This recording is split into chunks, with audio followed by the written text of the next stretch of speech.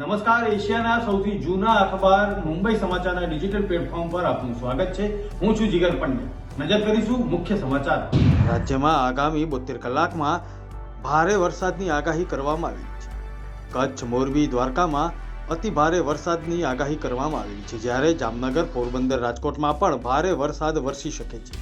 જૂનાગઢ, ગીર સોમનાથ, દેવમાં ભારેથી અતિ ભારે વરસાદની આગાહી કરાઈ છે। બોટાદ, ભાવનગર, અમરેલીમાં પણ વરસાદી માહોલ જામશે તેવી આગાહી કરવામાં આવી છે, જ્યારે ડાંગ, નવસારી અને વલસાડ જિલ્લામાં ભારે વરસાદની આગાહી કરવામાં આવી છે। રાજકોટ જિલ્લાના ઉપલેટા પંથકના ગ્રામ્ય વિસ્તારમાં ધોધમાર વરસાદને કારણે ગઢાળા નજીક આવેલ મોજે ડેમ ઓવરફ્લો થયો છે। ડેમના તમામ દરવાજા ખોલવામાં આવ્યા છે। સિઝનમાં પ્રથમ વખત મોજે ડેમના 27 દરવાજા ખોલવામાં આવ્યા છે। મોજે ડેમના 27 દરવાજા 5 ફૂટ ખોલવામાં આવ્યા છે। મુખ્યમંત્રી ભૂપેન્દ્ર પટેલે સમગ્ર રાજ્યમાં ભારે વરસાદને કારણે સર્જાયેલી પરિસ્થિતિમાં વહીવટી તંત્ર દ્વારા હાથ ધરાયેલી કામગીરી અને બચાવ રાહત પગલાંની સમીક્ષા સ્ટેટ ઇમરજન્સી ઓપરેશન સેન્ટરથી વિડીયો કોન્ફરન્સ કરીને યોજી હતી। જિલ્લા કલેક્ટરો અને મહાનગરોના મ્યુનિસિપલ કમિશનરો પાસેથી તેમના દ્વારા જે ત્વરિત કાર્યવાહી કરીને લોકોનું સલામત સ્થળે સ્થળાંતર, રેસ્ક્યુ, જીવન આવશ્યક પુરવઠાની ઉપલબ્ધિની વ્યવસ્થા, રાહત રસોડા વગેરેની વિગતો મેળવી। રાજ્યમાં મેઘરાજાની મહેરના પરિણામે મોટાભાગના તાલુકાઓમાં છેલ્લા 2 દિવસમાં નોંધપાત્ર વરસાદ વરસ્યો છે।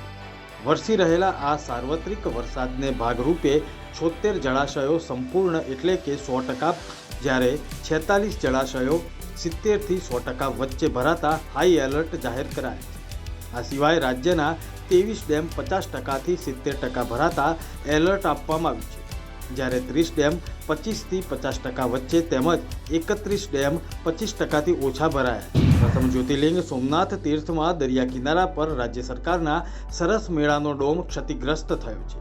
સાથે જ શ્રાવણ માસમાં ચાલતી કથા મંડપનો ડોમ પણ પવન અને વરસાદને કારણે ક્ષતિગ્રસ્ત થયો।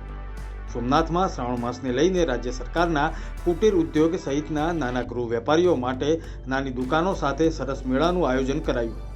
ભારે પવન અને વરસાદને કારણે ડોમને નુકસાન થયું।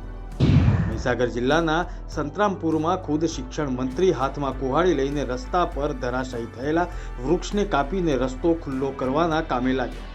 છેલ્લા 4 દિવસથી રાજ્યમાં વરસાદી માહોલ જામ્યો છે, જેને લઈને અનેક સ્થળોએ વૃક્ષો ધરાશાયી થવાની ઘટનાઓ સામે આવી છે। વૃક્ષો ધરાશાયી થવાને કારણે અનેક રસ્તાઓ બંધ થયા છે। તૂટેલા વૃક્ષો રસ્તા પરથી હટાવી રસ્તો ખુલ્લો કરવાની કામગીરી તંત્ર દ્વારા યુદ્ધના ધોરણે કરવામાં આવી રહી છે। કેસર તાલુકાના કીર્તનભાઈ સોમાભાઈ ગરાસિયા છેલ્લા 30 કલાકથી મહીસાગર નદીના પટમાં ફસાયા હતા। એરફોર્સના ખાસ હેલિકોપ્ટર દ્વારા તેમનું સફળ રેસ્ક્યુ કરવામાં આવ્યું। હાલમાં તેમને આરોગ્યની ચકાસણી માટે વડોદરા ખાતે એરફોર્સ હોસ્પિટલમાં ખસેડવામાં આવ્યા છે।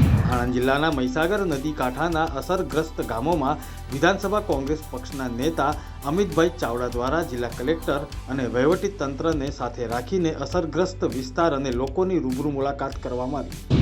ઝારખંડના પૂર્વ મુખ્યમંત્રી ચંપાઈ સોરેને પોતે ભાજપમાં જોડાવાની અટકળોની પુષ્ટિ કરી છે।